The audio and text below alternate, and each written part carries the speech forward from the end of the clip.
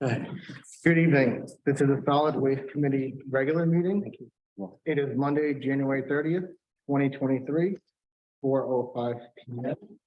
We are in the upper level meeting room at Old Town Hall, 1111 Somerset Avenue, Dayton, Massachusetts. This meeting is being recorded. The listing of matters are those reasonably anticipated by the chair, which may be discussed at the meeting. Not all items listed may in fact be discussed, and other items not listed may also be brought up for discussion to the extent permitted by law. So please stand. I pledge allegiance to the flag of the United States of America and to the republic for which it stands, one nation, under God, indivisible, with liberty and justice for all.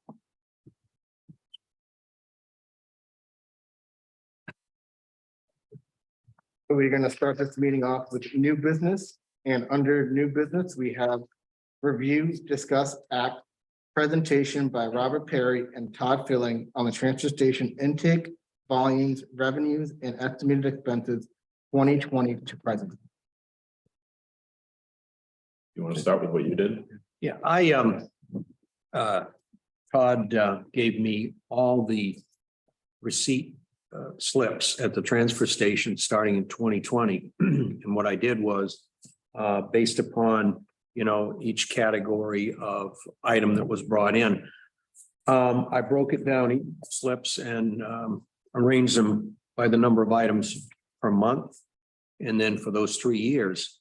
And it's kind of interesting things, which I'm sure Todd will expand upon, but the bottom line is we have 3 years of solid data based upon those intake slips. So as we move forward, decisions that we make regarding the transfer station can be based on 3 years worth of solid data.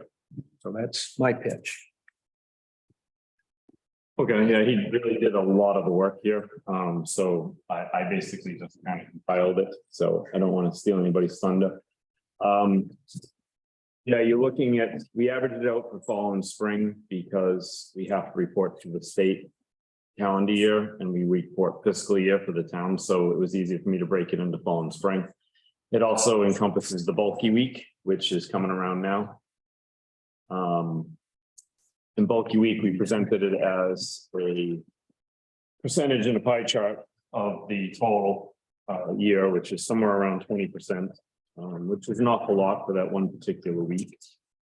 And we don't charge anything more than what the actual sticker price would be for it. We then went and took the data and broke it into 7 categories: furniture, mattresses, box springs, white goods, metal, bulky trailers, tires, televisions, electronics, computers, and broke them out into how many items we have over the average of the 3 years, just to get an idea where we're at. You'll see that by far the bulky and the trailers, by sheer number of items is there. Is Sean getting one of those two as they go around? Okay. So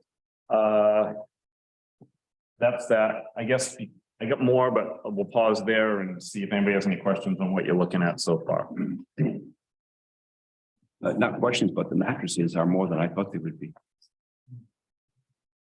You mean the number? The number.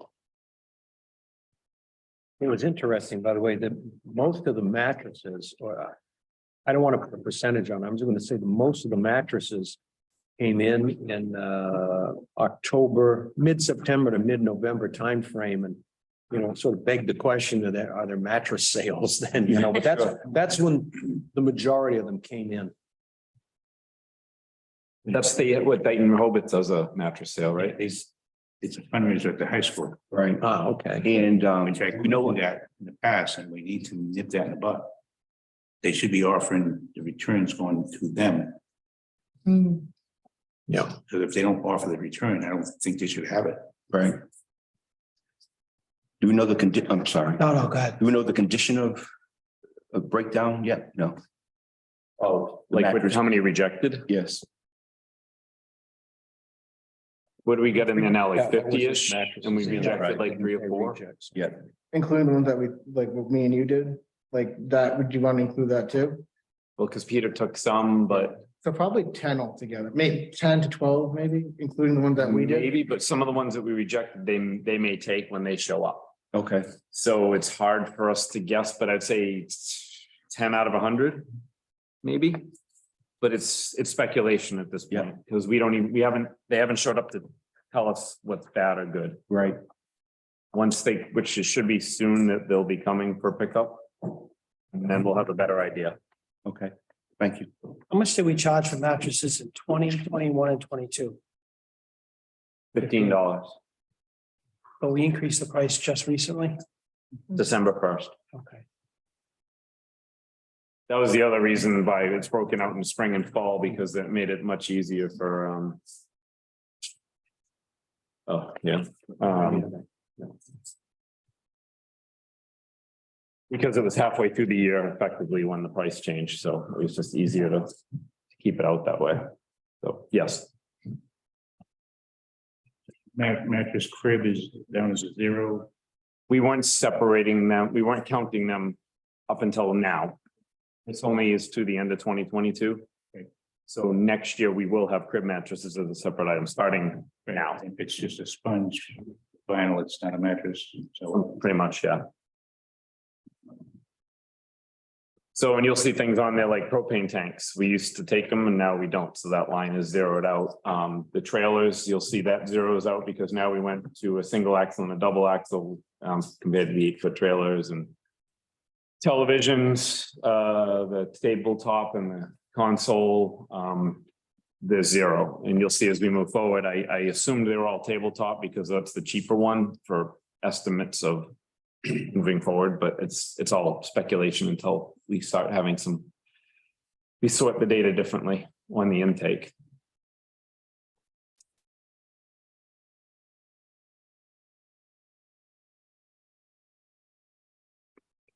Any other questions?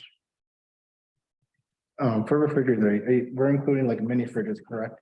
We're just not talking about the bulky refrigerator in itself. On each one of the slips that I reviewed, it just said refrigerator. I mean, if I had seen, refrigerator or compact or mini or whatever, I would have made a category, but they weren't broken out that way. But you felt that we should have that category. No, I don't know. I mean, it's, we could track it for the sake of argument for a year. And see if they're there, but again, there was no indication of what type of refrigerator it was. That is something I brought up to Tom. I am seeing an increase of mini fridges, mini refrigerators. Even some chest freezers too, which Yeah. we don't have a separate line item for that, so. So I mean, if we were to make that a category, that's easy enough to add another line, or on the intake slips. This, say, mini refrigerator or something like that. And then it can be tracked. Yeah. Just one other question, in terms of the bulky items and the trailer fee breakdowns, in terms of the half trailer, full trailer. And then the trailer fees, is there any potential that the information reflected or the numbers that are reflected in the bulky items is also represented in trailer fees at all, or are they separate? No, however, it was written on the intake slip, on the invoice rather. Okay. It said, trailer less than 8 feet, trailer 8 to 10, et cetera, or if it said half construction trailer, that's what I annotated. Okay.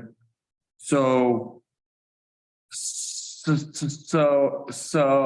which means on an annual basis, we're taking in 512, so 507, 572 separate trailers of bulky items. Yeah, was that actually supposed to be pickup? Did I? That's a type it in pickup. wrong? Yeah, it should be pickup. Yeah, Half a both. pickup and a full pickup. So Yeah. both of the bulky ones should be half pickup, full pickup. And then the trailer is the separate. Okay. So yeah, the majority of them Sorry, coming in didn't is, see no, that, that was yeah. my fault. Although I did suppose you did look at it too, so. Okay, thank you. Did you have another? I do. I'm not being critical at all, and I said in the past, thank you very much for all the work you did. Why did we pick spring and fall for separation? Is there a reason for that? Yeah, there is, because when we report, I started with this, at the, when we report to the state, you have to report by calendar year, and we report to the town it's by fiscal year, so it's just easy to separate them. So that I can add them together for the different things. Okay. And because bulky is in the spring, we get hit hard in the spring, so. When we did the breakout, though, it was done by month purposely, so we could do that sort of, depending on what type of reporting you needed to do, you could move the months around or move that fiscal year line So around you have the data by month, by month. We do. Correct. because I just didn't think anybody wanted to see all that data, but. no, but it might come into play in future discussions as to how the transfer station is operated or staffed, et cetera, so. Well, and again, back to at the beginning, the bulky is 20% of the items for the year, and the spring is where the bulky is, so it gets very. So everything shows up there, but you don't need the attendant to manage that 20% of the volume. It gets a little tricky. I mean, we've got, if you want to, review how I did the actual breakout, I'm sure you have it in the office, the sheets would show each year, each calendar year, each month. And then, as I said, if you want to look at just spring, from spring to spring, you can slide that line around anywhere on the calendar. I think it'll be helpful in the future when the discussions go that way. So it's good to know that we have it. Thank you. Yes. Any other questions? All right, then. I then started analyzing soft costs, because obviously this is a huge portion of when we talk about fees at the transfer station, the sticker, and et cetera, we needed to have get a handle on what the soft costs were. So these are broad estimates, like, for example, composting. I sat down, Mr. Barry said, how many hours a year did you guys spend turning the pile? The answer is 10. But is it 11? Is it 8? We don't know. We're not tracking it. It's a best guess. So based on those and the hourly rates and how much time the office manager and the Board of Health was spending processing slips and payroll, and how much time the highway superintendent and whatever, we came up with payroll expenses. And then we did miscellaneous expenses, which would be the telephone, buying the slips, buying the stickers, the electricity. Presumably at some point, we're gonna have to throw the internet in there and the point of sale system. So those are blanks at the moment. We don't have any costs. And then we did the disposal expenses, which most of these we kind of know, and I'm kind of guessing at some of them moving forward. But we also included fuel, because for bulky week, the DPW is driving around town, loading up, bringing it to the transfer station, going back and continuing to drive around town. So again, it's an estimate on how much fuel. Same thing for the backhoe fuel, as they are up there compacting the bins, composting, snow plowing. Their time during bulky week.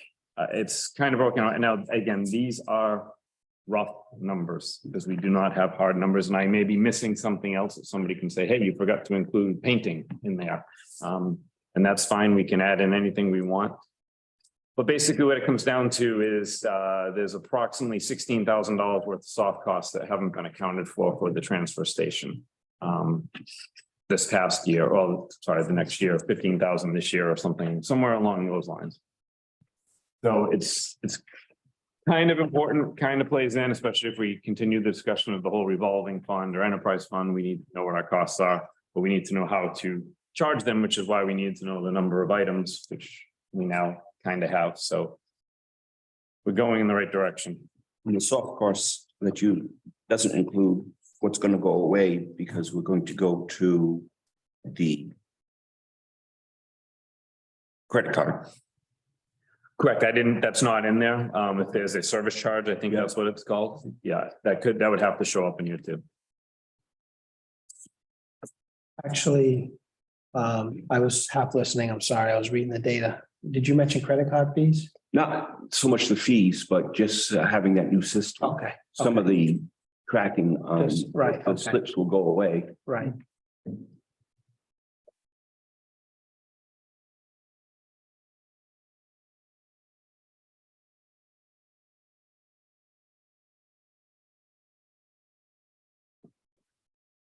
So say it's a lot of stuff there, and I'm not saying everybody has to, we're not voting on this or anything like that. It was just a pretty good guess at where we're at.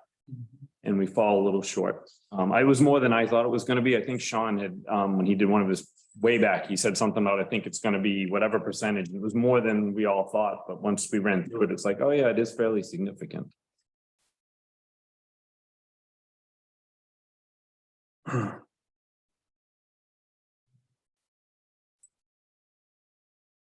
Well, one quick question that just, when we look at the disposal expenses from 22. So then there's a blip in 23 and then you're projecting it'll decrease by about $30,000-ish in 24.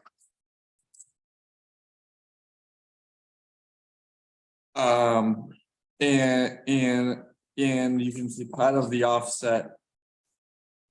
Yeah, I can bulk you, why? So yeah, how did you come up with those assumptions, Todd?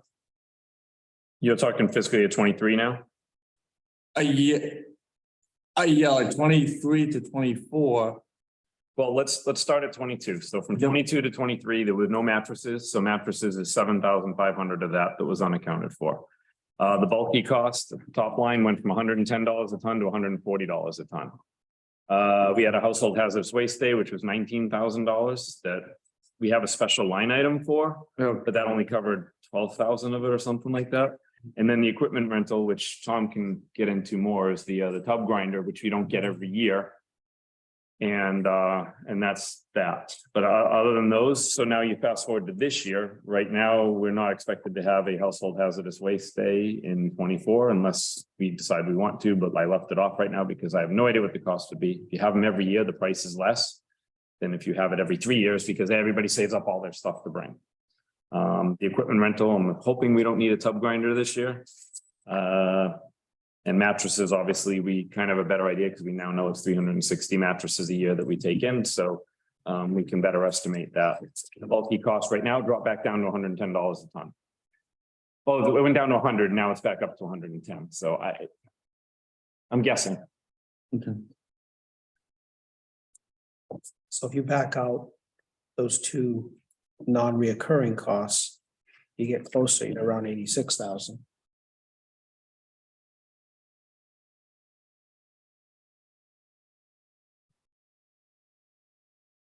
And tires is speculation on whether we're going to need another pickup this year or not. Like say we may be able to wait till July 1st, but. Yeah, so there's a lot of speculation on some of these numbers, the e-waste and the tires. I'm guessing. Is that like the TVs or is that like the fluorescent light bulbs, the batteries? Yes. And it's costing more to produce the stickers in FY 24 than it is with the previous years. Where are we? I'm speculating that the price is going to go up because the price of everything's gone up, but we don't have a price to do it yet because technically we won't need to buy them until the fall. And that would be when we would get a price, because getting a price now, I don't think would be accurate enough for speculating for the fall. Back to the tires, that's evolving too, that market, most places are taking the tires. And there's a fee. And they're taking a chance, taking it to us, and not knowing what our fee is gonna be. Right. Once in a while, we'll get a big pile of them side of the road. That's definitely not residential.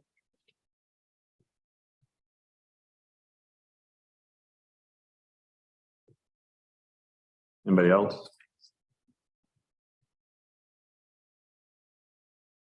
All right, so based on all the numbers that Mr. Perry did, we can speculate on pretty much what we're going to have for revenue for calendar year 23. And I say calendar year 23 because again, we kind of do things fiscal year and calendar year. So so you'll see the ones that are highlighted in yellow are significant jumps over previous years. And those are the ones we went up with in the prices on. And we'll get to the total of it all, but you'll see, those are significant revenues when I give you the next spreadsheet. But the half trailer and the full trailer were pretty big jumps. That alone, I think was something like a 16. It's a pretty big jump. On the sheet, we need to, again, make that change. The half trailer, full trailer Oh, is pickup. actually pickup. Pickup truck. Yes, it's on one page and then just carries over to all the others. And you can see all the numbers in red there for the cost per item. Those are all the fees that we went up with. So, based on that, we have actual fiscal year numbers for 21 and 22. I'm predicting 23 based on the data we have through the end of 22, and then predicted what we expect in the spring based on these fall spring numbers that we had already done and the new fees, and predicted it for 23.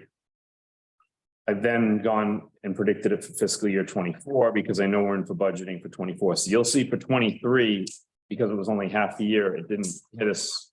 You don't get the full benefit of it, but we get the full benefit for next year. I'm also, the household hazardous waste was a special article that we had for in there as a revenue. But right now, I don't know if we're talking about having a household hazardous waste. The DEP would like us to have 2 a year. Ultimately to keep everything out of the waste stream, but at this point, we do one every few years. So Every 2 years? every few. Okay. I'm gonna guess we don't have enough money in the budget to do one every year. Well, historically, when we've gone and asked for the money in the budget, it's been cut out of it because, and then we go for a special article at town meeting. And that's generally how it's been working in the 5 years that I've been here. But would I like to see it in there every year? Yes. If you told me it was going to be every year, I'd probably tell you it's going to be somewhere to the tune of $10,000 a year.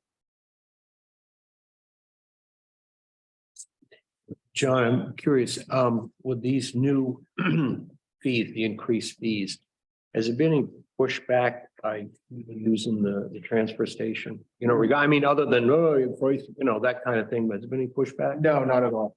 The reason I ask that question is because to get back to philosophy of providing a service to the townspeople, which, pay as you go, but I think one of those things that needs to be addressed is the annual hazardous waste day.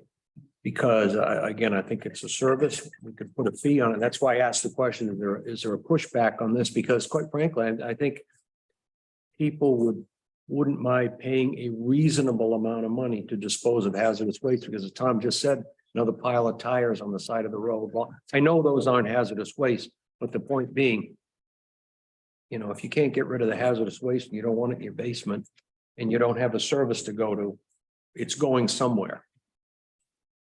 So there's something that we should discuss in the future, another hazardous waste day. Yeah. Well, no, I only asked, the reason I asked about the pushback is, in concert with what we're talking about here now, but yeah, I agree. We should discuss that in the future.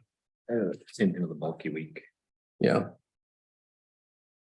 So again, bulky week, there's no charge for us to come to your house to get it. It would cost you $15 to the transfer station. We don't charge. So should there be a charge to get us to your house? Should there be a charge per item? Should there be a charge? Is it a service? But that's for another day. We don't have to get there at the moment, but. So it's interesting, the fees have gone up, but the volumes have also gone up. And you'll see there's some pretty significant changes, most notably the trailers, because again, there's the biggest volume of them. And we also, the pickups. We went from 10,000 to 40,000, which is a pretty significant jump. And you can see anything in red is an estimate on my part based on historic data.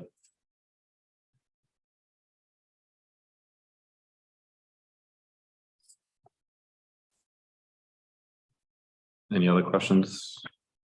One more sheet. So this was a fiscal year analysis. It's 2 parts. I did including the soft costs and if no soft costs are included. Historically, we've looked at this budget without any soft costs involved. We've only looked at it as just the hard cost out there. And so I'm predicting 2023 and 2024 on this.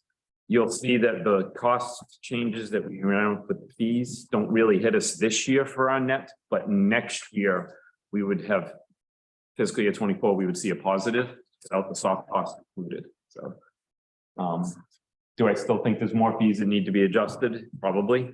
But again, we couldn't have done this without all the hard work Mr. Perry did to go through all of those slips.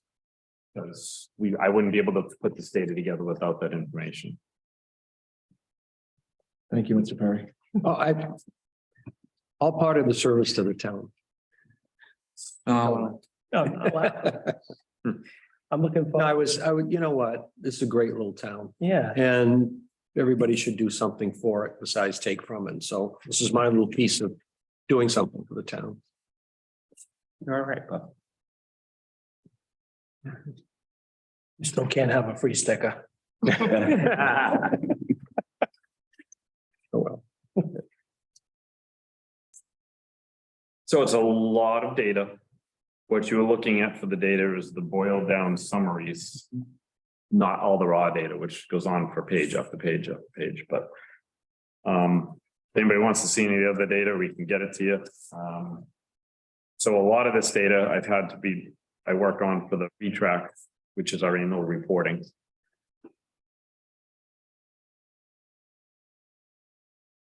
Volumes, generally speaking, they don't care how many mattresses, they just want to know how many tons of trash you have. So, but So the question, now we have the data. What direction do we want to go in?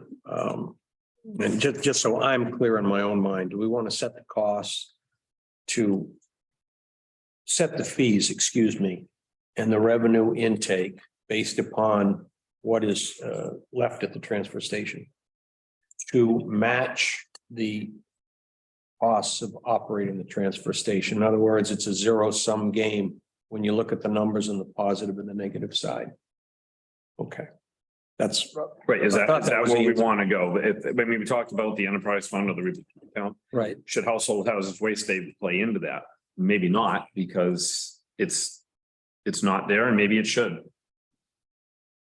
But I do agree that I think there should be some kind of charge to get people in the gate. I have a question. It's probably embedded somewhere in this data. I know that we sell around 700 stickers a year. How many trips actually made to the transfer station a year? How many people use it? How many slips, you mean? Yeah, That I didn't count. We do have that data. I didn't see it, but I didn't want to say it wasn't here because it might be. We had the number of stickers sold. And what's interesting is it again, just as I recall, they ramped up in November, calendar year now, November, December, January. And they then they ramp up almost like a little bell curve, but with a long tail on it in February, March. But then there were a lot of people bringing a load in that got the sticker. They hadn't come in until June. So they bought the sticker that day. But to say how many more trips did they make in that particular person, there was really no way to track that. We can track that based on the number of slips that we process in a year, correct? I think you can say this number of trips occurred, but I don't see how you can link it to the stickers. The question that I'm asking isn't relevant to how many trips an individual makes. It's how many people use the transfer station. Oh, okay. On an annual basis. Well, that's what the 700 stickers. No, but they can make multiple trips. Yeah, but it's the same number of people. But I want to know how many. it's 1,900 slips roughly Per year. per year. Well, that was 1 year. The problem is in COVID, we were, whatever, the Is numbers. is that a high year? You know? The reason I'm asking is we only need to increase fees by $8 if we have 1,900 people using the transfer station to That's break a even, pretty real number, the 19. to break even. So in 15, it was 1,100, in 16, it was 1,400, 17 was 1,350, 18 was 1,375, 19 was 1,660, 20 was 1,380, And then last year, fiscal year 21 was 1850, and I didn't count 2022 yet. So my point is that with 1,900 trips to make up a $14,000 deficit to have this, break even, we need to raise each person's trip by $8. That's either through sticker sales or through the cost of what it is to get rid of their stuff. So we're not far apart in making this pay for itself. That's my point. We're really close. And I'm sure those slips might even double because no one's documenting like leaves, brushes, recyclables, cardboard and things like that. No one's ever documented how much. Yeah, it doesn't get a slip Yeah. except for so- the sticker. Oh, right, I forgot about that. I mean, there's a lot of people that just drive through and wave to you and dump, so. So if we start factoring that, then, Well, didn't we say at one meeting? We had that we made we voted on a recommendation to anybody that drives through the gate to do something. Some sort of business needs a sticker. Right. Okay. Yeah, they do have the sticker, yes, but again, that one person might make 27 trips with grass, but we don't record it. Right. How would you record it? If I buy my sticker. Yep. And it's a point of discussion. If I buy my sticker in January and I come in once a month, that's 12 trips from me, but on one sticker. Mhm. So how do you collect that data that I've been in? I've made 12 trips on one sticker.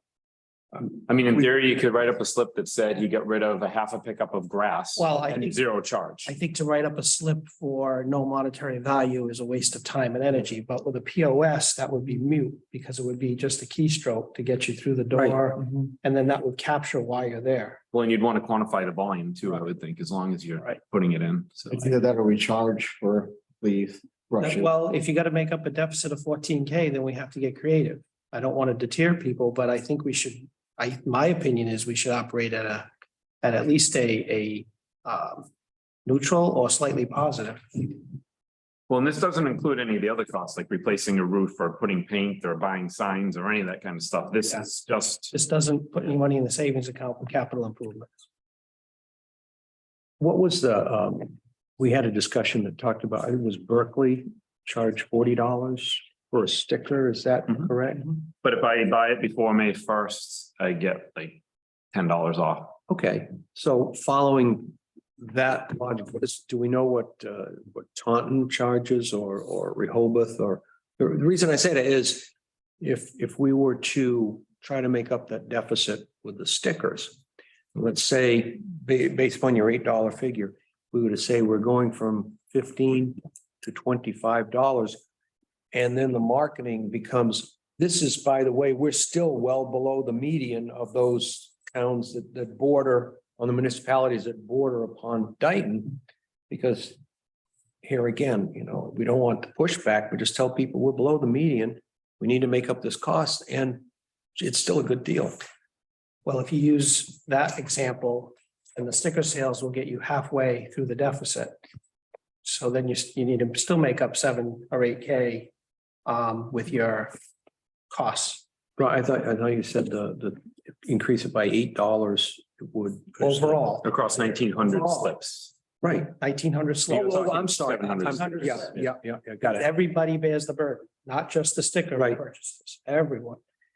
So if you offset that with an increase in sticker price, which I think is a worthy discussion, that gets us even closer. We still Right. need to tweak the fees to make up the deficit and run slightly positive, but we're that much closer. No, I had missed part of the point, but I think, yeah, I mean, we're not going to focus in on one particular area, it's sort of across the board. And again, the philosophy being pay to use. Right. But we had talked as a committee that we didn't really want to go too high with the sticker because we wanted people to use the program. And so that was why we opted not to raise the sticker prices. We want people to get in the gate. But people don't seem to have a problem with the higher fees because they understand there's a higher cost for disposing, but right, what do you do? Change, it raises the price of every item by $1. That get us there. You have somewhere back here, we have the total number of items. Well, So it's 2,600 items that come in, but you know, obviously a bulky trailer is more. dollar wouldn't do it. You'd have to have you'd have to be a little more methodical in how you adjusted fees, but. My point with the $8 figure was that we're not that far off. We can, it's not like we're 50% there. We're actually pretty close, Well, and if you Well, look at than what we were. right? well, we were because we weren't looking at any of the soft costs until now. So without the soft costs, we're making money. Right. What are we gonna have to? Good. So you, with one day in regular yearly sticker buyers, you average 726. That's your yearly average. So if you combine all these numbers and we divide them over the last 3 years, you're averaging 726 is your number. If you multiply that by 8, it gets you to like $5,800 alone, just in the average sticker. Never mind a small incremental increase to any of your bulky item disposables or what have you. When you get on top of it. So to Jim's point, he is correct. Just $8 alone, based on the average number of one day and yearly stickers, you're halfway to that goal. Or at least knocking on the door to it. And if you At charge, $8, most people would be like, all right, it's only $8. and if you charge $10 to the DPW to come to your house during bulky item week, that would make a significant dent in it too. Being at 20% of the pie. Yeah, Yeah, it's a significant volume. So how would you charge them for bulky waste? They come in for a sticker and you're gonna. Yes, it's hell week in the office. Is it? That's all I gotta tell you. Right. It's And, held 2 weeks, but yeah. So right, they call us and they say, I want to get rid of television. We say, all right, it's $20. They would come in, we make out the sticker for them, we exchange cash or check for the sticker. and at that point is when you would charge them a flat fee. Yes, I'm suggesting. Right, This isn't a group discussion. I'm saying $10 to get us to your address. And if I come back a week later because I forgot something, am I gonna pay that $10 fee again? Mhm. No. How do we keep track? Well, we've been doing we keep it in a spreadsheet and then we print it out and give it to the highway department each day so they know where they're going. So they're not picking up something that somebody didn't pay for. Right. yeah, like, it makes sense. I mean, that's where, It's a good idea, especially with the cost of fuel and. yeah, that's where most of our volume is. Then they don't have to drive down a street that's not on the list and that kind of thing. So So just so I understand, is the cost for bulky item pickup curbside the same as it would be if they got rid of it at the transfer? same station? sticker fees, yeah. I mean, the same fee. And then that's a no-brainer. And That's a no-brainer. I mean, that's, The original concept of that was a service to the residents. yeah, and that's fine, as long as we can pay for it. So do we try to like rationalize or like back up? So like what the fee is, we do the math and the labor. So like so that whole week is. So like, and then we add the fuel into it as well, and so wear and tear on our trucks and equipment. So like, and then we back the fee out of that. Right. So we actually have a real number, is what I'm saying. So Todd, the only problem is you've got 253, that's the actual number of items, but that's not the number of people who come in, because some of them have multiple, right? Oh, everybody has multiple. Okay. So just charging that user fee wouldn't generate the kind of revenue because if everybody has multiple items, I don't know what the percentage is, but let's say you cut that by a Yes. third. You only got 100 users, follow me? Something's not right with that number. But a percentage. We should know how many people come in. No, I understand that. That 253, I think represents the items that are on this list. We actually sold 359 stickers. 2020. But again, and this is the problem. There's so much data that trying to compare it gets a little weird. What's the real number for bulky weekend? 359 was 2022. But like I said, I think that 253 is the items that are on that list. And then it was 375 for 2021. But honestly, I would say on average, it's probably 2 items or 3 items per address. Bad to guess. I mean, I could give it to my data analyst here to go through and count how many addresses that it, how many. Yeah, but there were some addresses we had to go unload and go back to the same address. And I believe you itemized it well the last 2 years. A lot of them couldn't fit in a car. They didn't need a truck to go pick it up. So some people would call me and be like, I have a gym bag. And it's like, all right, well. Gym bag, you can fit it in a trash bag for $2, but if we're going to your house anyway to pick up a refrigerator, I'll pick it up for $5. Right. And so Yeah. it was like, all right, we're already there. But yes, normally we would tell them, cut it up and throw it in a bag or just shove it in a bag. File electronics, I mean, all that stuff could fit in the cars. Yep. Why were they hanging on to it? Exactly. Oh, well, Because they knew it was the week to have it picked up and that's what they did. Here again, I don't think it's unreasonable to charge that fee for the bulky pickup week, simply because, to pay as you throw. You know, it's one thing for Tom's crew to go out and plow the snow, that affects everybody. If I don't have bulky waste in front of my yard, but you do, you should pay for it, not me. So, here again, pay as you use, pay as you throw. I burn mine, so. I bury mine.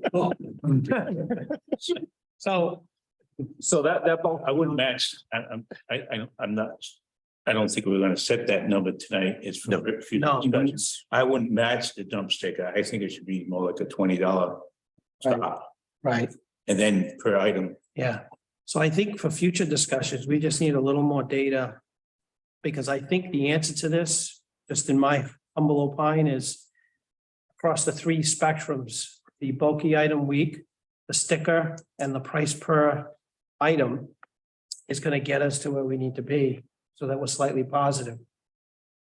Okay, again, just so you're aware, the number of stickers sold, I took those off the slips, okay, and the ones that were sold for the bulky item weeks were not recorded on those slips, okay, so those were people that are actually that I annotate were actually purchasing to go into the transfer station. Okay. So but I know how many bulky stickers we sold.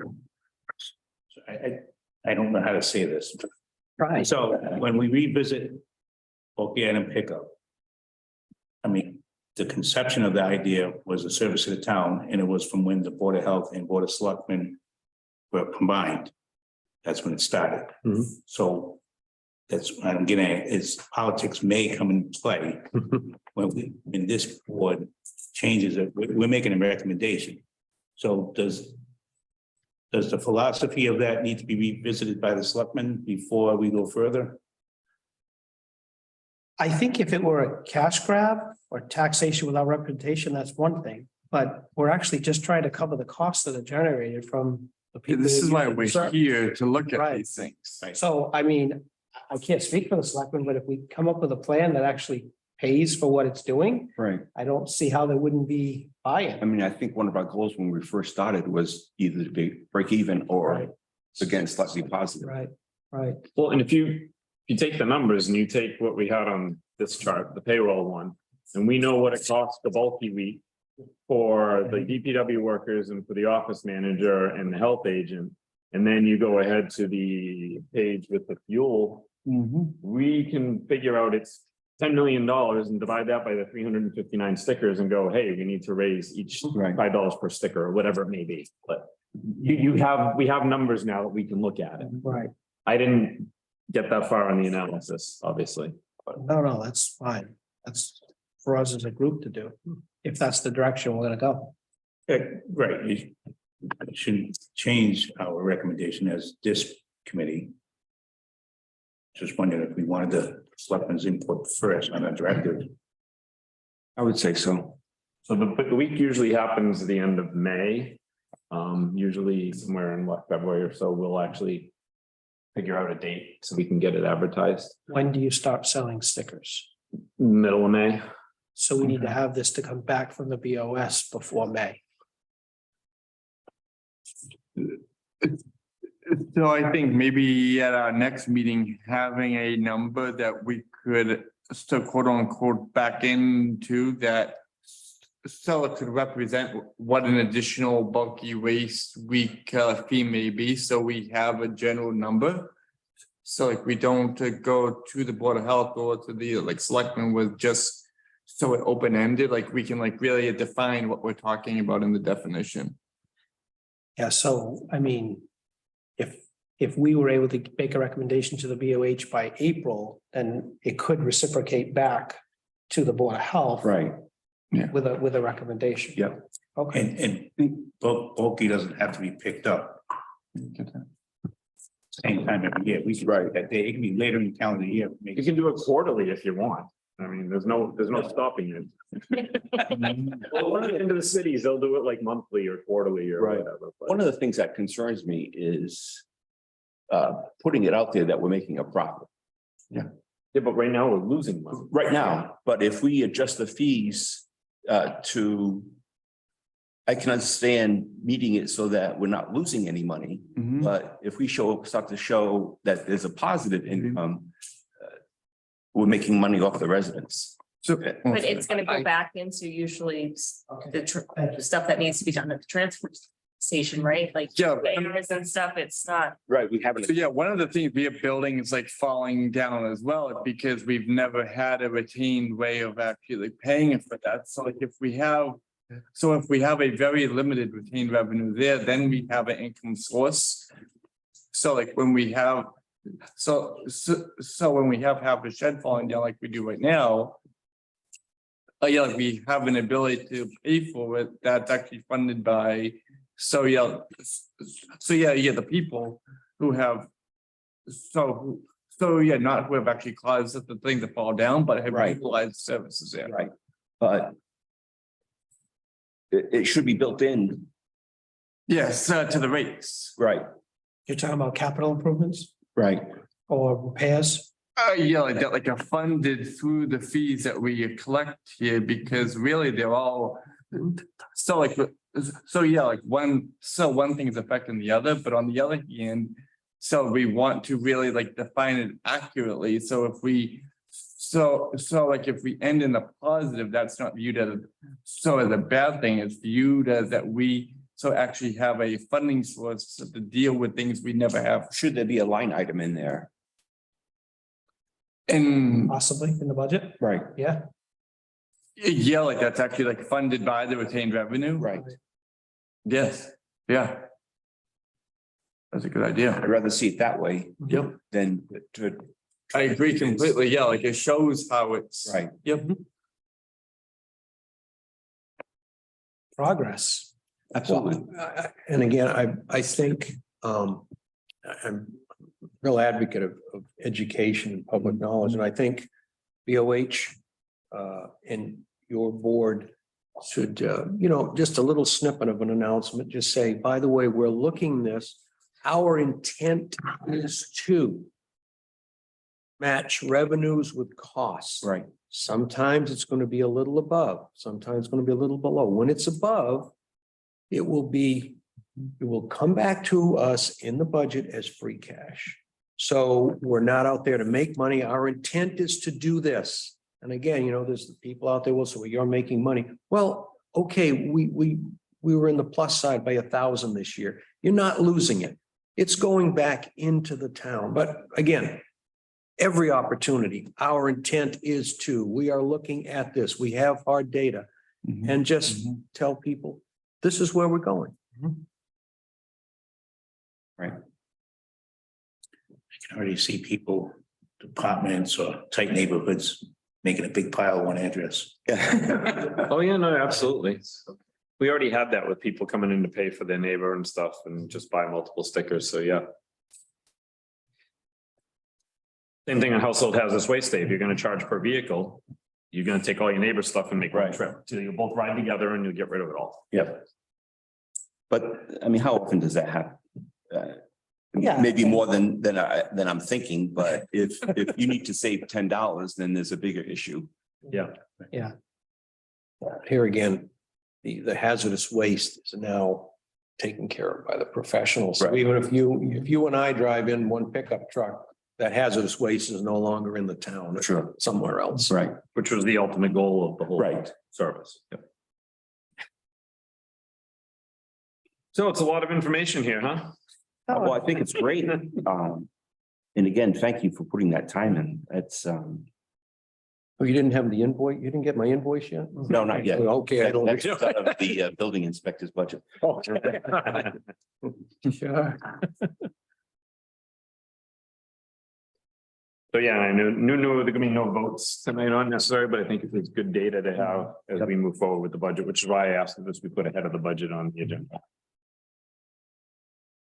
So we meet once a month. Does it make sense for us to make this a topic at the next meeting so that we can plot this out?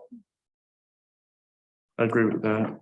Absolutely. I mean, so yeah, this is really how we go forward with, I Right. mean, this isn't, yeah. For next meeting's discussion. Between now and then. How do we propose to have that discussion next month? In other words, are we going to individually say, I think we should do this, do that, and throw that all on the table? Or is an overarching philosophy of this is the generic area we need to look at? Individually to bring it to the meeting, say, my thoughts are. Are you asking that question in totality, everything we discussed today? Yes. My opinion is we prioritize because you get more done if you do it that way. Okay. We have a deadline with the bulky item pickup of we know is May. I think that our priority should be on that discussion. Okay, next.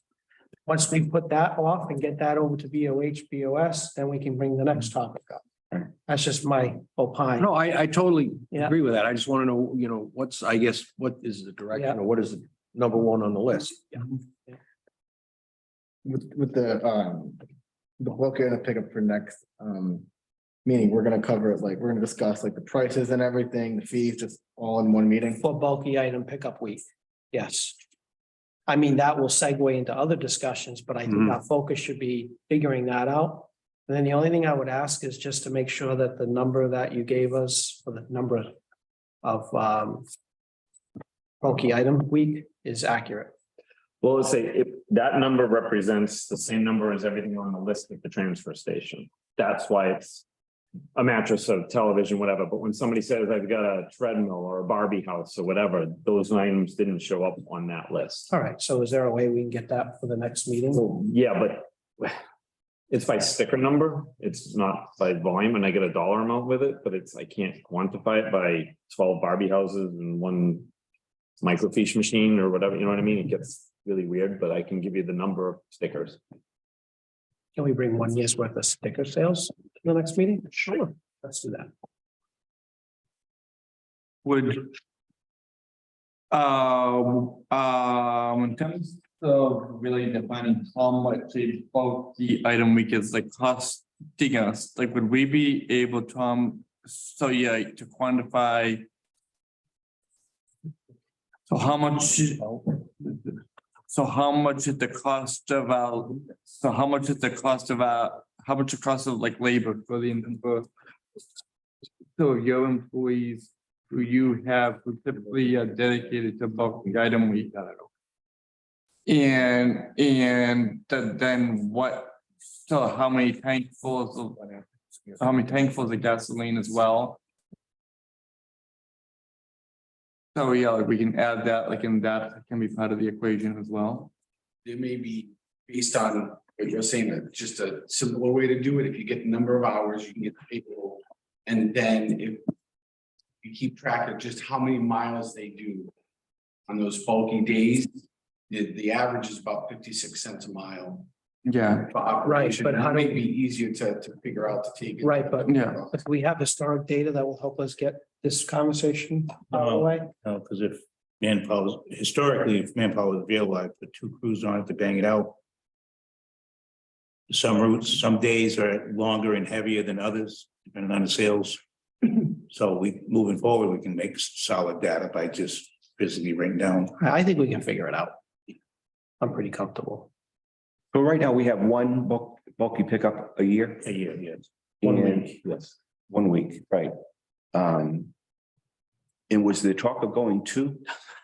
There was no talk. There was no talk, okay. I think I'll take those weeks off. Yeah. Okay. What I said was in some of the cities, they'll do them quarterly or. Right, I guess whatever, that's where- monthly or whatever, but we don't necessarily have the need, but we get a lot of people that, I would say twice, if we were gonna do it for spring and fall would make the most sense. Right. But it would be a lot of burden on the highway department. Okay. You finish your thought? Yes. Do we have stickers for that already? Yes. And is there a spot to put the address on it? Well, no, we just handwrite it on. Yeah, it's gonna be important if we go where we think we're going. But no, we usually just write on the sticker Yeah. what the address is. Oh, wait, no, maybe it is name and address. And then we write on what the item is. Yeah, people don't put it on the item until it's day out in case someone takes it for them. Yeah. A lot of people do that. All right, let's bring a blank sticker too to the next meeting. Take a look at that.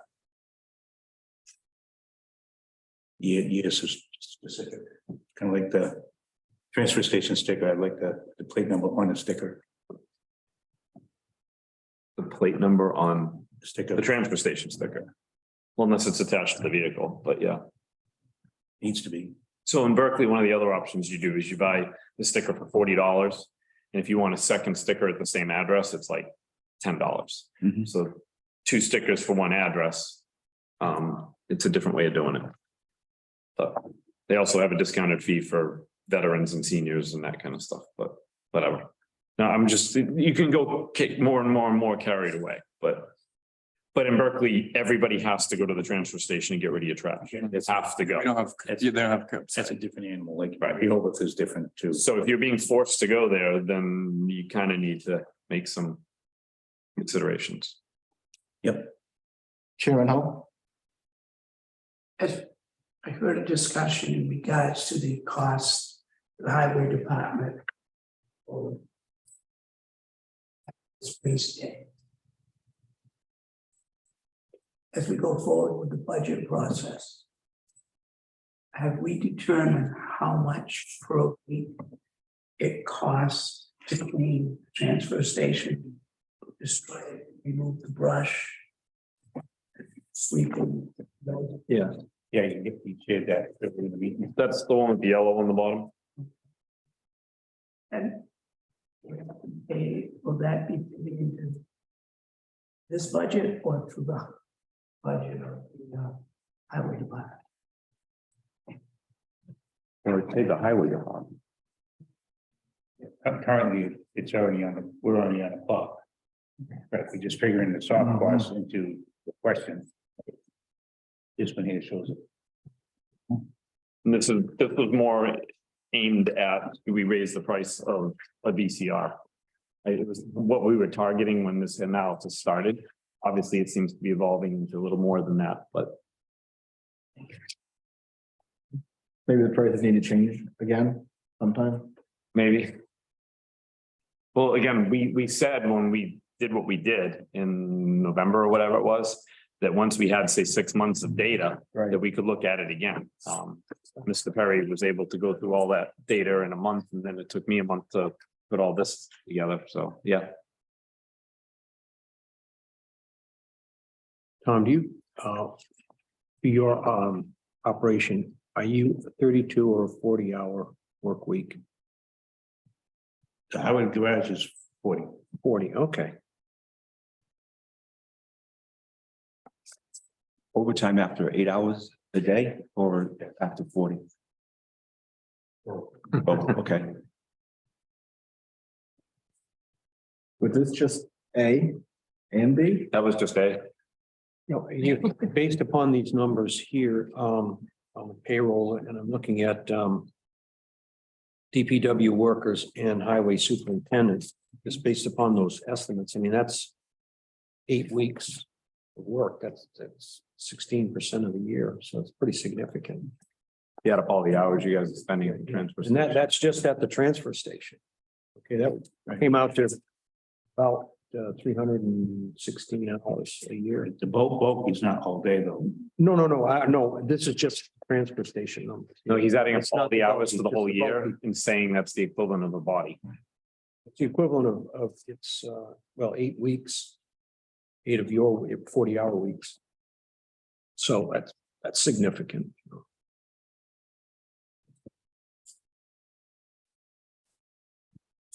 Are we all set to move on? I know that. Thank you. It's a discussion. I know I don't want to be here till So more than what I need to be. we're just taking this all into advisement this time, right? Yeah, we'll pick up the discussion next. Yeah. Thank you. Thank you. All right, on to the next one. Review and discuss FY 24 proposed solid waste budget and revenue discussion.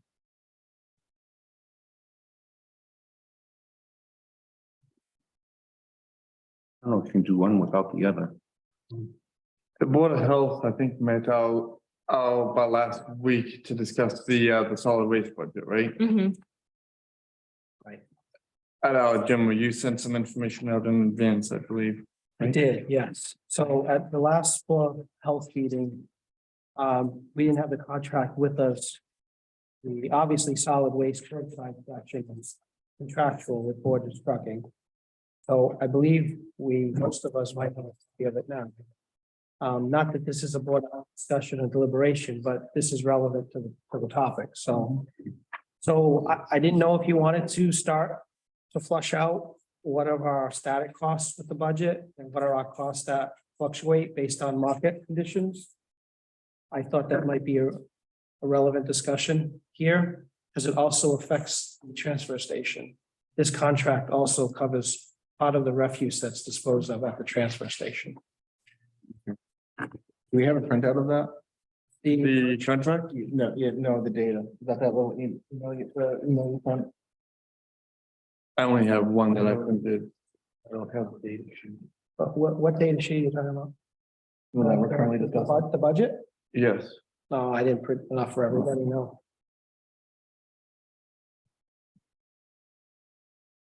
Well, we only have a couple lines to talk about, so, you know.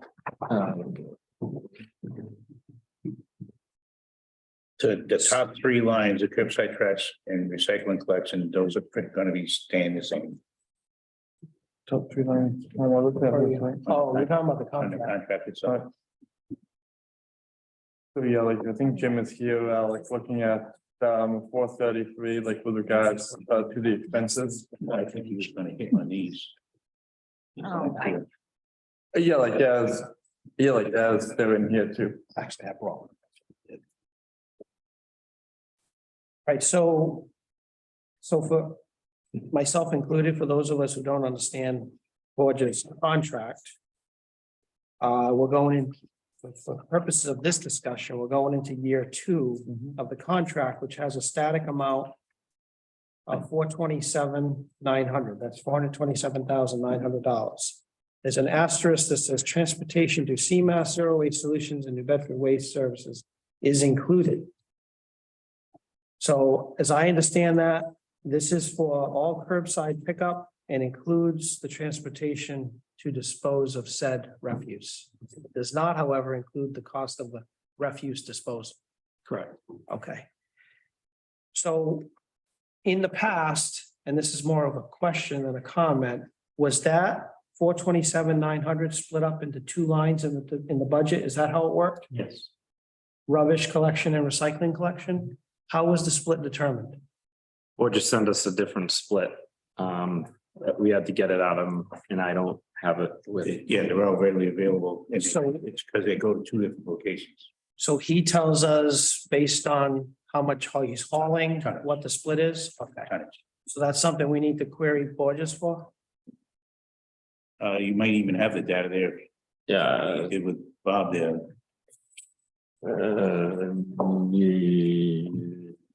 Yeah. Because it's for the reporting, EP reporting, you need that anyways. Or- But that, yeah, that'd be a calendar year though. I don't know the percentage. That's a good question. You're gonna have the calendar. How long is Borges' contract for? 3 years. We have one more year until he can Yeah, I just wanted to train. either renew or decline. Yes. Yeah, we have 2 more full fiscal years after this year. We only have 2 more fiscal years with CMAS also. Did you see them? Not relevant to the discussion. Sorry. Wait, and then CMAS is included in this number as well? Have we ever- It's an extra line item. That's here. that's my next question. That's why we're here. We need to. As well, trash to recycling. So I want you to go on that. and we- Oh, right. No, I think you have the plan, we develop a plan with that. Potentially, There's one on standby. Yeah. Mhm. You do have uploads or breakdowns or fires. So while Todd's looking that up, I wanted to bring a couple, It's about 48% rubbish collection and 52% recycling. okay.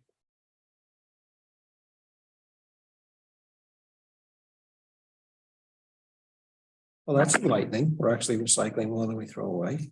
But it costs more. Damn. Peter brings it down. Just keeping it. Yeah, so trash is about triple the volume of recycling. All right, so then it's safe to say for the Board of Health's meeting on the first, we'll work out those percentages and propose the static amount in each one of those lines, 5291 and 5292. And then would still embedded in those lines as well, would we do anything for any type of fuel surcharge? So I was getting to that. So also what I found by reading this contract is there's a separate disposal fee that we need to carry that's outside of the static costs. And then there is a fuel overage allowance, which is captured by the benchmark amount of $3.75, which we all know diesel fuel is almost $6 right now. So then my question is, how do we capture those two costs in this budget? And I think what Mike is saying is that the 5292, 5293 also includes some money for any fuel costs over the benchmark. So, or we break it out and we show it in a separate line item? I would prefer that, I agree. to be honest with you. Yeah, Yeah, agreed. I don't think we should embed things anywhere, Agreed. so, okay. So the account will add a line for fuel expenses Yes. or fuel overages. Fuel's running about $1,900 a month. So they bill us in separate line, they bill it in how's that work? It is a separate line in the bill. Which is included in the disposal costs. It's not included, it's an extra. But he bills us separately for it.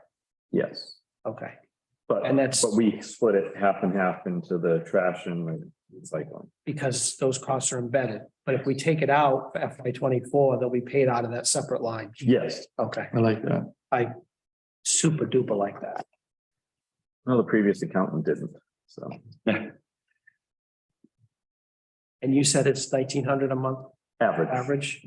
Is there an ebb and flow or? It depends on the price of fuel. It's the same number of miles every time. I think it's like 50 gallons a day. Okay, I know, I've got it. He sent it somewhere. I don't have the whole thing with me. okay, so Yes, it was as high as 2,500 and as low as 1,450. So it's quite the, and that's only in the last year I'm talking about here. so just for checks and balances, if the fuel was embedded in these two lines last year, we divide that by 52. What did you say, 50 gallons a day? That's about right. Could be. It's about right. I got 42 gallons a day based on the math of what you carried I last say year. he sent us a separate sheet somewhere and I don't have it. So that makes sense. So we got to carry 2,000 a month for fuel overages. And we're gonna do a new line for that. So you'll tag the account on that? Or you want me to just say- did. You just did? Yeah. Thank you. You agree with that? Yeah. Yeah, okay. All right. And then if we're ready to move on, because John told me I gotta be done by 6. Mhm. 5293, is that disposal? That's where our disposal costs come from? 5293. Yes. I don't have anything in 5293. So 5294, like I think there were duplicate lines there before the CMAS. Oh, acceptance, Yep. yes. 5294 is Siemens. Okay. This is 32, yeah. All right, so if we go with that.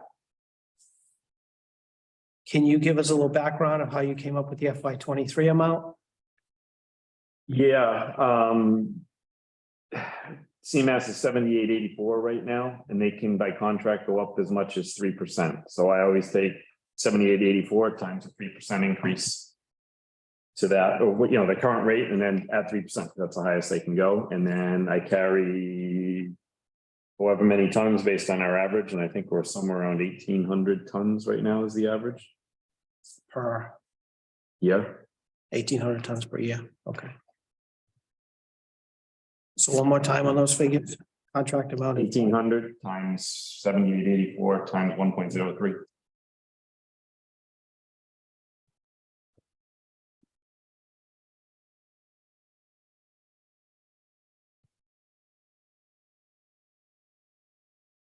Don't worry, Jim, I'll do the math. I'm writing the formula down, because this is. Wicked important.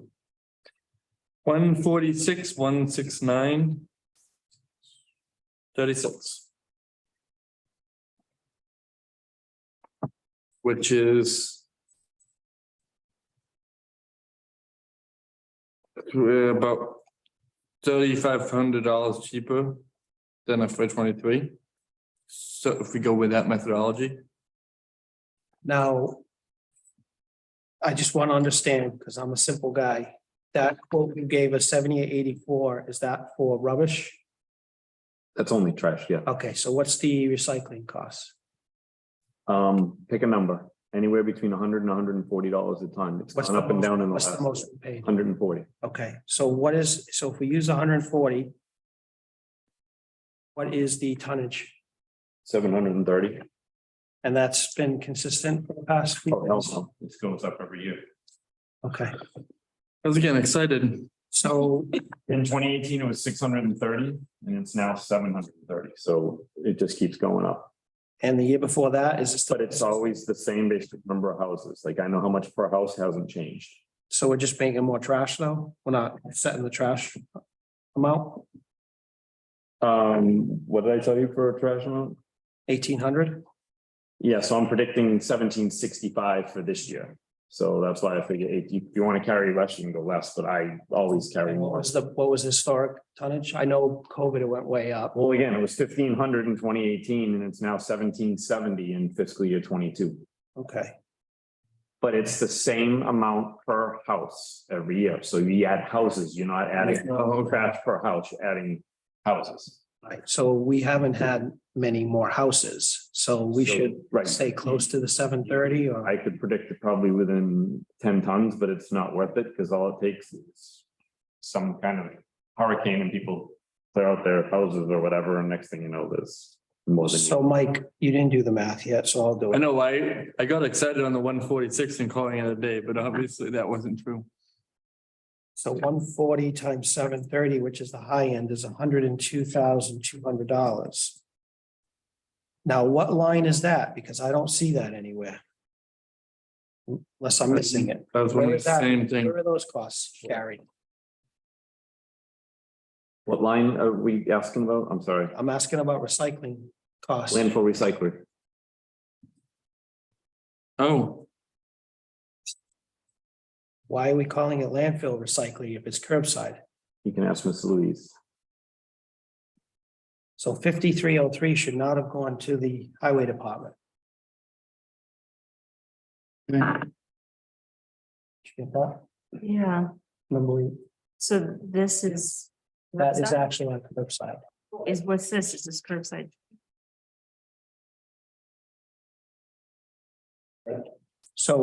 So Todd, just to clarify, because we need to get this right, 5303 landfill recycling is actually our curbside recycling costs.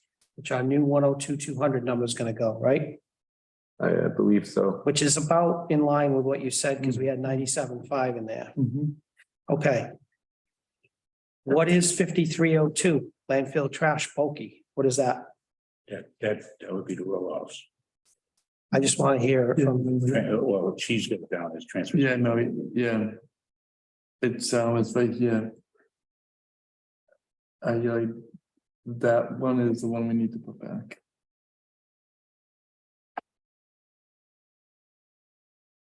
So, yeah, that would be too high for transfer station. But it's transfer station needs recyclables disposal. So you guys meld it all together? Is that what you did? Yeah, we don't separate, we could, but we don't separate the, how much recycling is coming from the transfer They're station. gonna have to be recycled now because we separated those. So we're gonna have No, to. he should be able to do Well, he it. does on the slips it's separated, but I'm saying I haven't been tracking it separately. No, I understand that. Yeah, but we as a town, as a group are gonna So have to do that. both of these.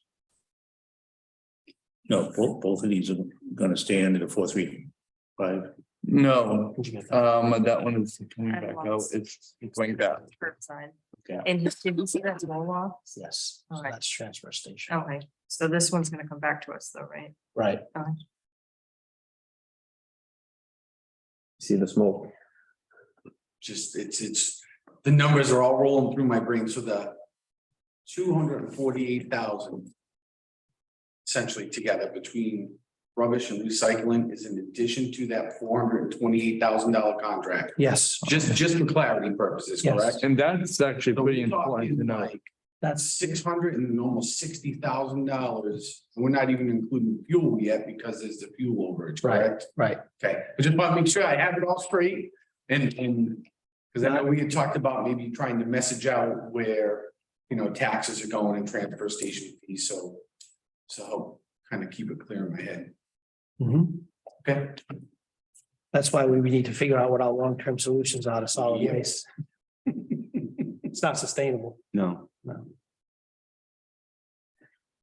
Okay, But when you add it all up and you add up Borges's cost and CMAS and Borges and Bedford, to get rid of it all, it comes out to about less than $200 per house per year.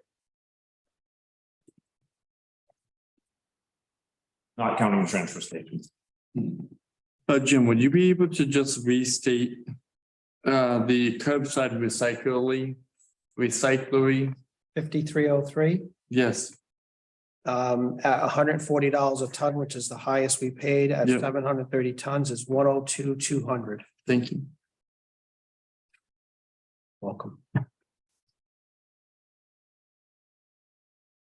Mr. Borges believes all those figures should be pretty close within $10 current market. Yeah, I think right now we're at one.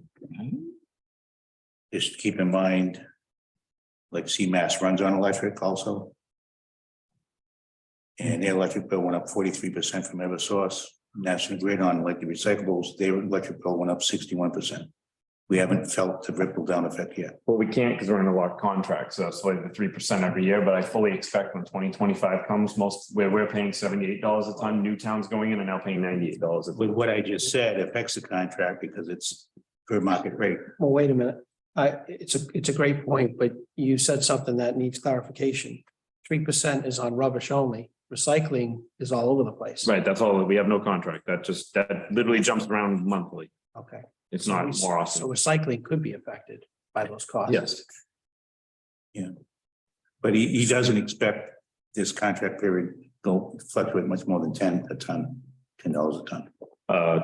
In the entire year, But this, right, currently, In going into Yeah. FY 24, no one has that crystal ball. They dropped it. you're talking about our current. because they just went up January 1st to 110 ton, I think, Yeah, that's when. from 100. I figured this, said went down, went back up, it's because of that electric bill. But thankfully, we're carrying like 130 a ton in the budget, so we're be able to cover some of these mattress overages and that kind of stuff.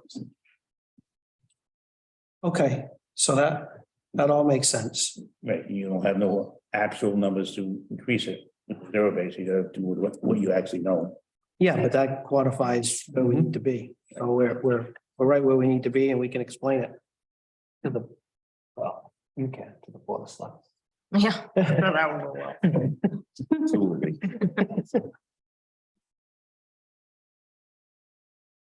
So what was the other part of this, Mr. Chairman?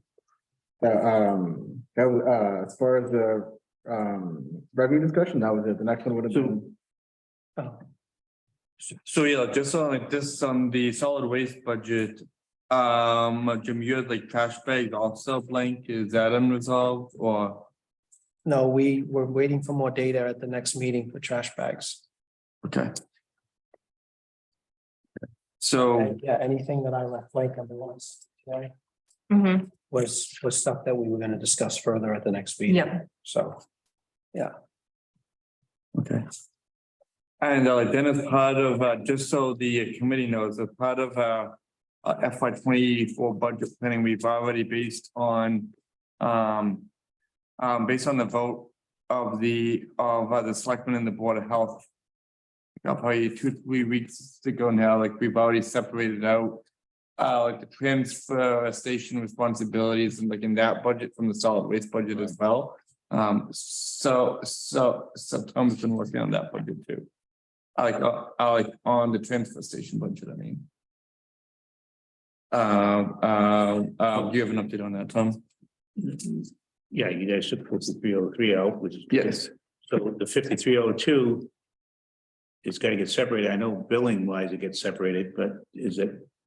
Am I gonna be able to see in that or just understand the budget limits?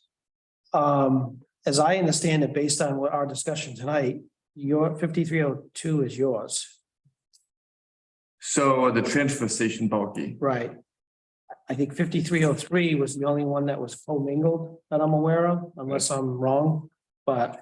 So 5303 will actually come back to BOH, and then you'll have to have your own recycling line for disposal in transfer station. And I think Mike said he already took care of that with the town accountant. Right, we're just waiting for that to solidify, so this week we should know where that is. Mm-hmm. And then, the personal lines we gotta square away.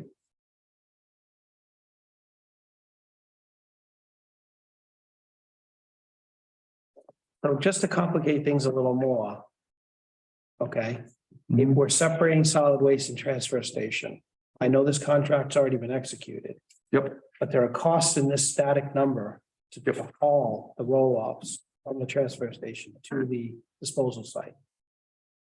All the roll off like these costs Yes. and these costs, okay. Yep, So as long as we're under this contract, you're not gonna be able to split out transportation costs with the transfer station. And separate that, because they're embedded in the static cost already. Yeah, but he tells us how many trips from the transfer station, so we can separate it. So how do you want to handle that from an accounting perspective? Do you want to back out that number from here? So it's captured on transfer station? dude, when he invoices us that, does he invoice us with that information included? It's possible, right? So if he invoices us with that information included, Right, then we can have the town accountant looped in. right. So yeah, like she backs, so like either she backs that portion out. So like, or before the invoice actually gets, so yeah, to the town accountant, again, so in order for it to be put on on a schedule of bills, the bill would, so then the invoice would likely start. So in the Board of Health, but the Board of Health would put it on its, so like on its, so on its bill schedule for its portion. So like, and then they would send it to Tom to apply it for the same. Right. And yeah, like So we so could, we typically do things like that anyways. so we could actually see a reduction in the proposed numbers in those two lines, 5291 and 5292. Based on whatever we come up with for transportation costs that are embedded in this contract. Yes, Okay. For right now, we'll carry the number at 48 and 52%, and then we'll see where the conversation goes going forward. Does that make sense? yes, I see what you're saying, yeah. Right? Yep. Okay, okay. Because we have to vote on this budget. Well, Board of Health has to vote on this budget Wednesday. Yes, We don't have that information by Wednesday. We won't have that. Yeah, no, like I would say like we can break it out as, Okay, so it's part of the budget process that would happen in the future if need Right. be. okay. I don't have the sheet in front of me, so I can't. You do actually. Oh, this sheet. Not that Oh, one. okay, okay. We all set with that discussion? Yeah, sorry. That's okay. It's important though. You know, no, by all means, yeah. Moving on? Yes. Okay. Next topic, review and discuss act departmental reorganization for transport station and solid waste. I think this one's already kind of. Yeah, so like that relates into the update that I just provided when the boards of health and Alec and the selectmen met about 3 weeks ago, they separated out the transfer station responsibilities from the board of health at this point. So the transfer station responsibilities would be the responsibilities of the highway superintendent going forward. So and that's why we've already begun to separate out the transfer station budget from the solid waste budget in FY 24, so we can plan. So we can plan accordingly for the next fiscal year. So that's all I got on that. If anyone has any questions or anything they want to add. It's a question of Todd and catch him off guard. The reporting for DEP's already been done. We track, I haven't started it yet. That's what I mean now. Motion? No, well, all these numbers, I had to wait till they come in. Right. And now, The DEP usually calls like February 2nd. Where is it? I know, it's due February 15th. Yep, no, I know. So we haven't talked about that, who's gonna do it. I'm fine letting you do it. I need the data. Yeah, I know. Yeah, but I had to wait for the bills to come in. And then you have some of the data. Mike has some of the data. So the schools have some of the data. So, yeah. That's his office, yep.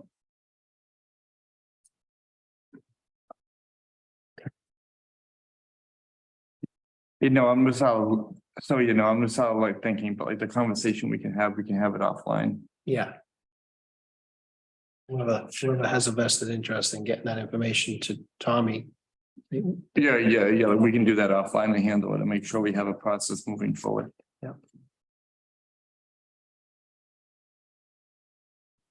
On to old business. We also have that conversation. Make sure, okay. Old business, review and discuss act transfer station swap table. I know some residents are asking for a swap table. I know we discussed this a couple meetings. Not sure how we still feel upon it. There's been a lot of call for it. Not a lot, but there's been interest, you know, a lot of people leave good stuff and they, hey, why don't we have a swap table? Somebody else can use it. If not, just goes in the bulky bin. Berkeley just reopened ours. They closed it for COVID, but they just reopened it. So can you just describe swap table to the building? I'm sure building is accessible. Yeah, so well, in Berkeley, the building's about the size of this room, and when you walk in the middle of the room is bottles, cans, and glass redemptions.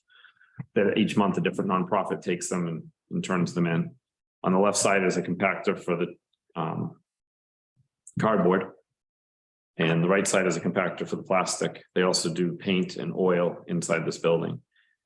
And then there's a table about the size, probably about 2 of these tables. And it's a swap table. So every day people come in and put down something. And by the end of the day, somebody else has taken it. At the end of the day, whatever's left, they just dump it into the bulky bin. Is it a triangle, a circle, or a square? It's So there's no fee to put it on the table, no fee to put it on the table. but the town would have to pay for the disposal. Yes, that's how it is in Berkeley. But we have CMRK and they said they'll take it all from us and they'll pay us for it as long as we put it in boxes. Go ahead, Jim. So the issue is that we don't have a building to put this in. Right, let's just start off with the table. Outside? Well, no, right next to the, where we have. Well, originally we were only gonna have 1 bin of each books and textiles, so there would have been room, but they brought us 2 of each, so. Yeah, I think, well, we have room to lay it, like.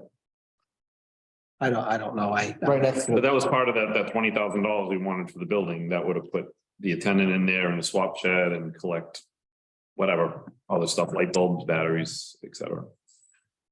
That was the capital improvement that we put in for, what, 2 years ago now? So No, a year ago. A year ago? does it affect this group? The capital. Or no, the swap tables affect this group, or is it just affect the operation? So if we have that table, first of all, it'll reduce the volume of bulky that we get rid of. Second of all, we would get paid for the items from CMRK. And third of all, it would be a service to the residents. How much are we talking? Is this minimus? That's what I'm thinking. It's I can't imagine it's like Not worth tons of Yeah. stuff. The effort we're putting into it. Yeah. And DEP would be $1,000 a year DEP for grant. Yeah, access to it, right? No, well, you file your RDP, we'd get 2 more points on the RDP, which should get us at least another $700 to $1,000. Right. But we haven't been. It's not an annual thing. It's available every year. Yes. When I report on the RDP, I just say we have a swap table or not. So like, I like where we're heading, like, so like in considering, Tom, you have the direct responsibility of the transfer. Station, you have the ability to evaluate whether this is feasible or not without any of us at this point. We're here for your help if you need us, but otherwise, Well, my question, who decides what's going to go on? Sort of rhetorical question, but who decides what's going to go on that table? What is reusable? That is, would be the person that brings it in. Is that correct?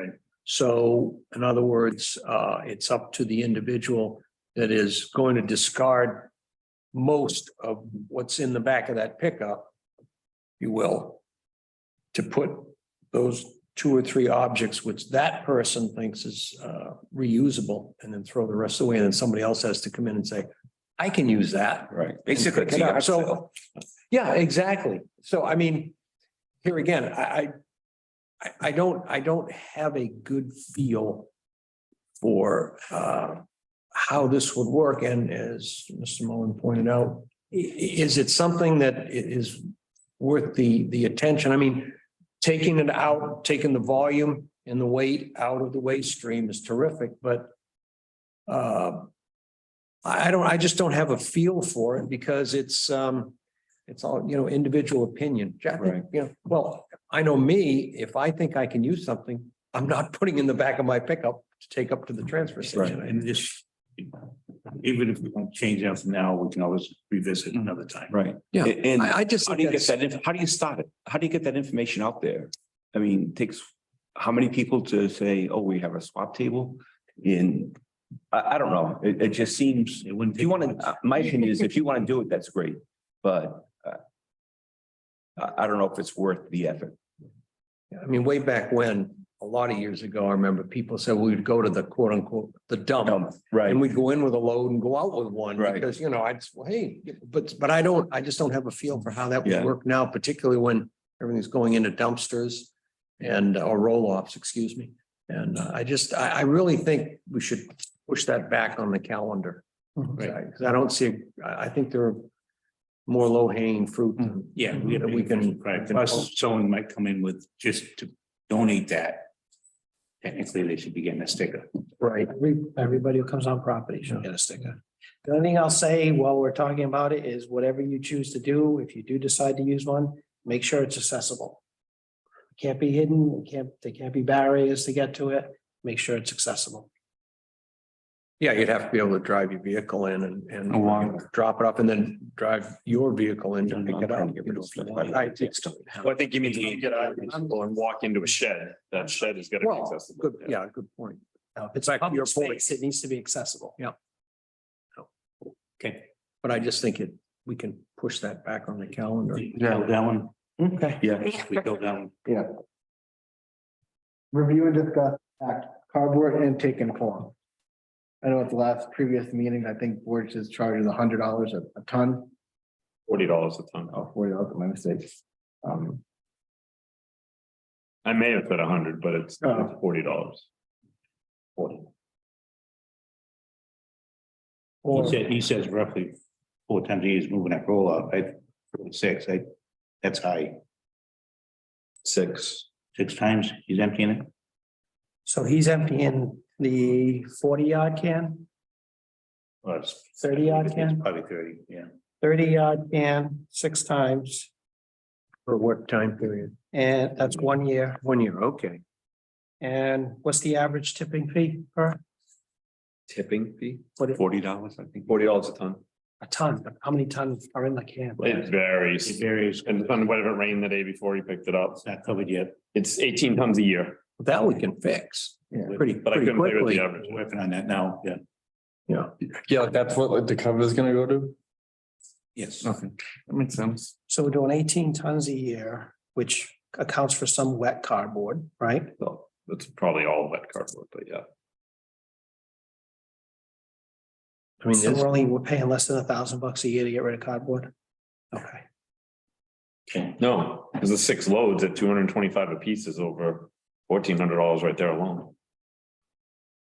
well, you just told me 18 tons. Well, yeah, but. Right, plus the 6 loads at $225 a piece. Oh, okay. The hauling cost. Yeah.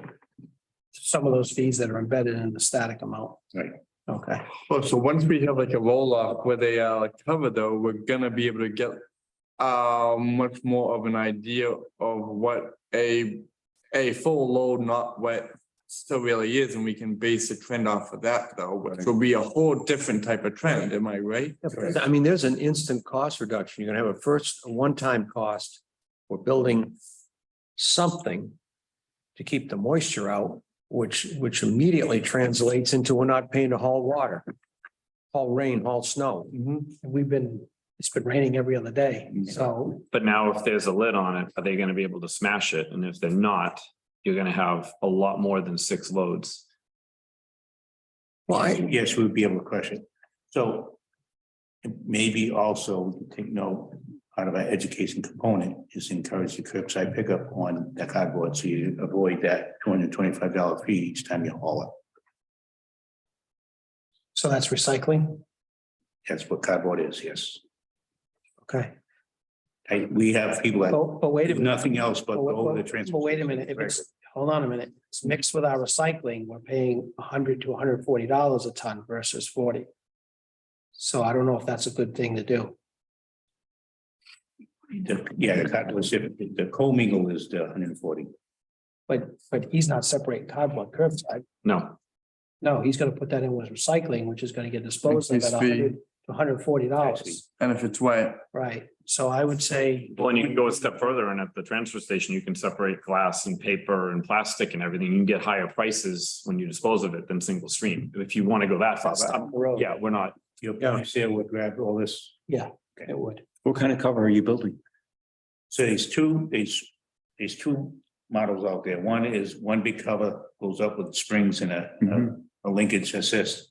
And these other ones, it's just section of, like you throw up on a regular dumpster. Right. They come in sections and they interlock with an overlap. Okay. So one or two guys, hopefully just one guy can just slide them off to do their thing. Right. And how does the consumer use it? We open it up on disposal day? Yes. Yeah. And So if it's just- raining, it all gets wet again? No. Why would it get rain again? If it's one cover, it's all open, right? oh, it's cardboard, and then we can reach. So, Yeah, but you're gonna open it at 8 in the morning and close it at 3 in the afternoon. You close it when you're closed. If it's raining the day that you are taking stuff in, it's going to get wet. I'm not being, Oh, you mean? I'm being while- you mean serious. while you- Well, so if you get the one with the 3, you can only open one and leave the rest of it closed. Yeah, and it's already wet in the back of the truck, correct? Tom, Borges only hauls it away when it's a full container, is that correct? Correct. About how long does it take, based upon 6 containers, here it would take, I'm gonna go out, 2 months to fill a container with cardboard? It's rough, yeah, it sounds like. So I mean, Quarter. Usually around if it's Christmas, covered it up goes for faster. 2 months.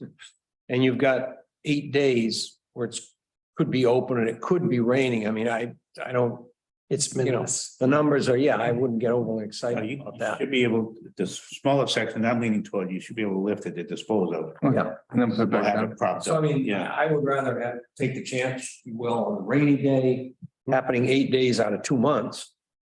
As opposed to just leaving everything wide open and have rainy days over 2 months. Yeah, and he kind of smacked me in the face without doing it. Then he said that they're bringing it in on a wet truck anyway, so it doesn't really matter. So that's how he does that. And then when they get it to the place, they're bailing it, bring the bales outside Right. because they get nobody to buy the cardboard from them. This is disposal. company. We're taking it. Okay, yeah. I mean, Walmart has problems getting rid of their cardboard. Thank you for being our sunshine on rainy days. Put it on the phone.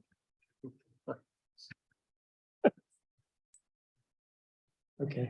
All set? Review and discuss, recommendation to the board of selectmen and board of health for a second attendance. Yeah, so this is, so this is one of the things with Tom are working on the transfer. Like on the transfer station budget and the joint board of health and selectmen meeting in December. Where we're going to have a discussion with the highway union about.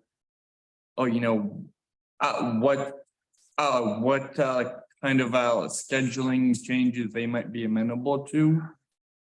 Oh yeah, to help really have some continuity. Oh, you know, like at the transfer station, especially if we need. Oh yeah, to have employees moving things. So like taking tops off of roll-offs and everything else. So like we're gonna have that discussion. We haven't had it yet, but that will inform how we go forward with that.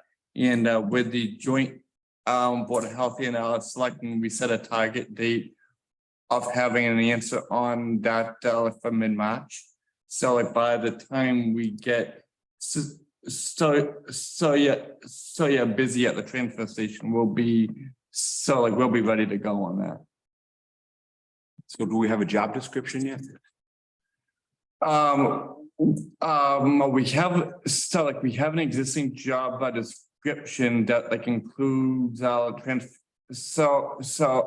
includes transfer station responsibilities for like our highway employees. The things we would need to actually have a discussion with them about is is potentially having Saturday become part of their work week, well, like part of somebody's work week.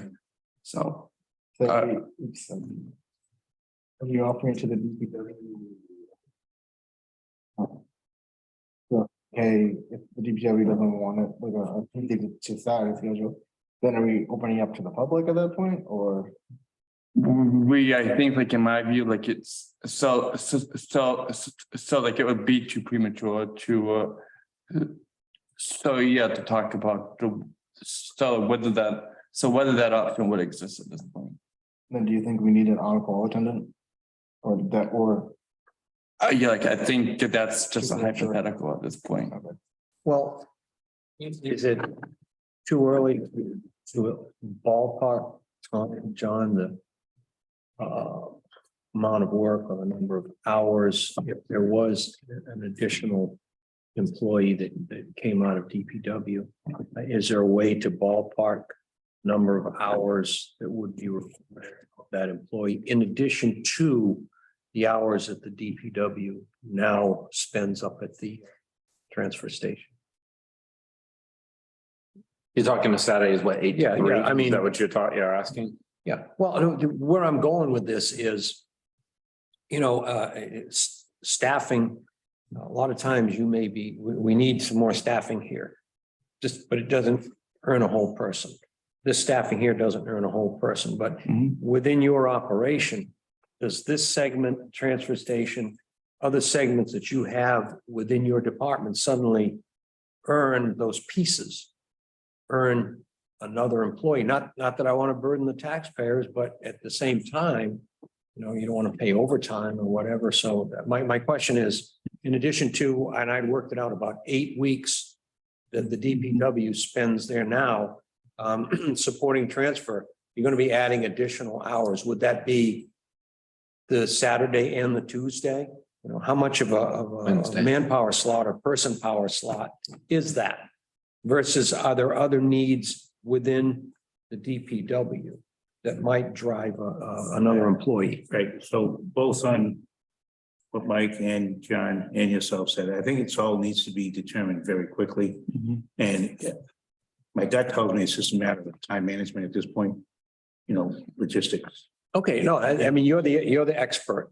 I'm only asking the question because I'm seeing hours coming out of your department. And you're the manager. If it's time management, terrific.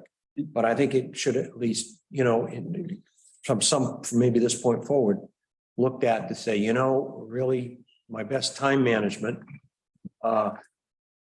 still need additional resources. That's all I'm saying. Well, could any of those tasks be done on a Saturday while they're there? Like the smushing or the compost pile turning and the chipping? So the second attendant's not so much, like I said before. It's not so much the volume, it's what's going off the vehicle while he's attending another client. So it's just a second set of eyes. So yes, there was other tasks could be done that we normally would be doing during the week, so they would be captured all in that day. Why do we need that? If you're already there with a certain amount of hours, why is there a need to increase those hours right now? I didn't say to increase the hours. So it's just repositioning those hours. Correct. Yes, but partially on a weekend as well, which would involve like a change of our schedule. Right. There, yes. So in the end, it wouldn't cost any more money. It would just be repositioning of hours. It should be time management. That's the way I see it. Right.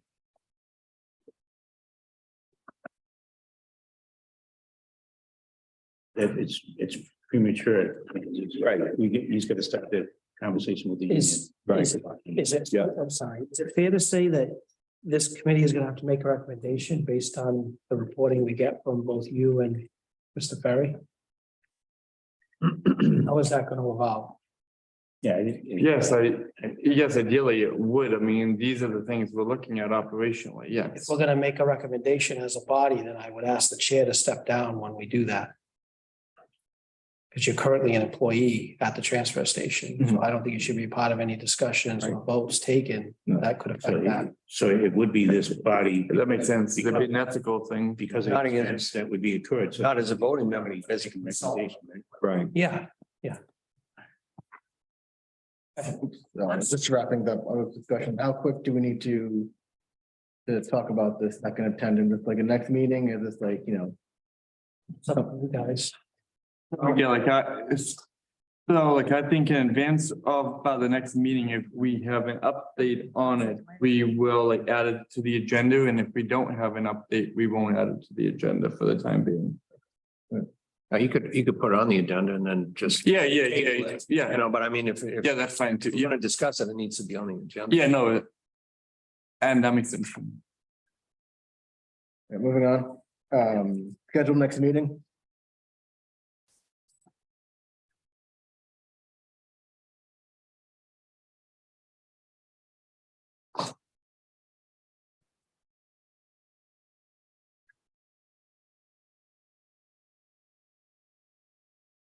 You don't want to take it home with you? No.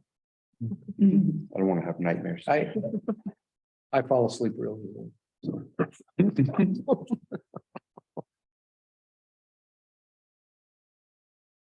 Any suggestions? 20th, do you guys work President's Day? No.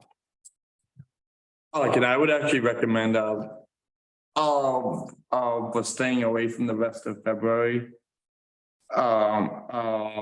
February is just a crazy month. So you want to go to March? Yeah, what about Early March. March 6th? Sure. Is there anything on the agenda or the foreseeable future that things that need to be addressed before that time frame? I just think what we discussed tonight, right? You want to stick with 4 o'clock? Please, if everybody can do that. I like that. Does the bulk pickup need to be specifically in the agenda? Yeah, I believe you. I think you should. I believe you captured that, right? Just the chair? There was the one item that we said. Okay, item is- Okay, a pickup week price? Yeah. Yep, that's gonna be on the next one. All set? Any public input? Yes. Yeah. At the MMA conference last week, I met with the auditor's director of local mandates, Ben Tafoya, to discuss the problem we face with the unfunded mandates imposed upon us by the state and federal government for solid waste in the transfer station. Ben asked what efforts get made at methane gas retention and sale like Taunton does, or solar field energy production sale like Rainham does. I think in point of my discussion, the solar field is more practical than methane gas retention. I know this committee is swamped with work, but I question whether the time is right to form a focus or feasibility group to explore the possibility of placing a solar array at the transfer station, keeping in mind that our goal is to create an enterprise system that makes a small profit, or at the very worst, breaks even.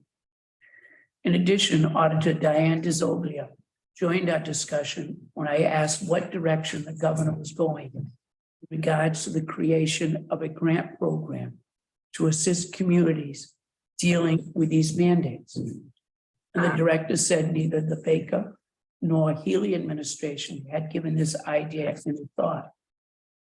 They did say that they liked the idea and expressed the desire to meet with Mr. Mullen and I to discuss how we would develop a proposal so that Governor Healy would create a grant program for the communities greatly affected by these mandates.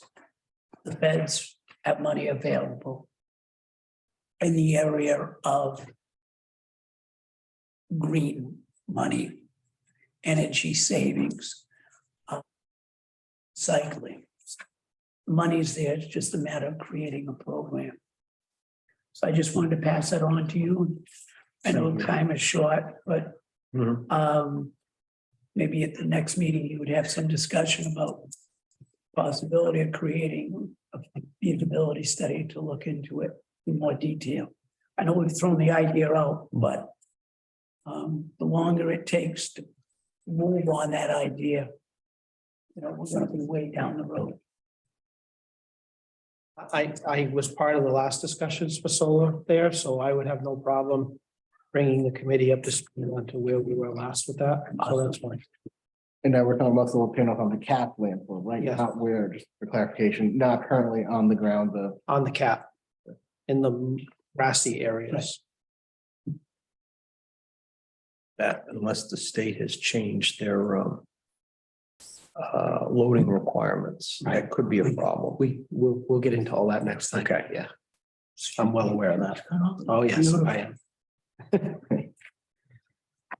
our next approval of the minutes for October 19th, 2022. So, yeah, so the draft minutes, I'm done. I just didn't have the chance to send them out. So if we could table those to the next meeting, if that's okay with everybody. That would be I'll move the appreciated. table the minutes. Second. All those in favor? Aye. Motion passes. We're going to enjoy this meeting at 5:57 PM. Motion to adjourn. Second. All those in favor? Aye. Thank you, Motion everybody, for the hard work. Thank you. Thank you. Um,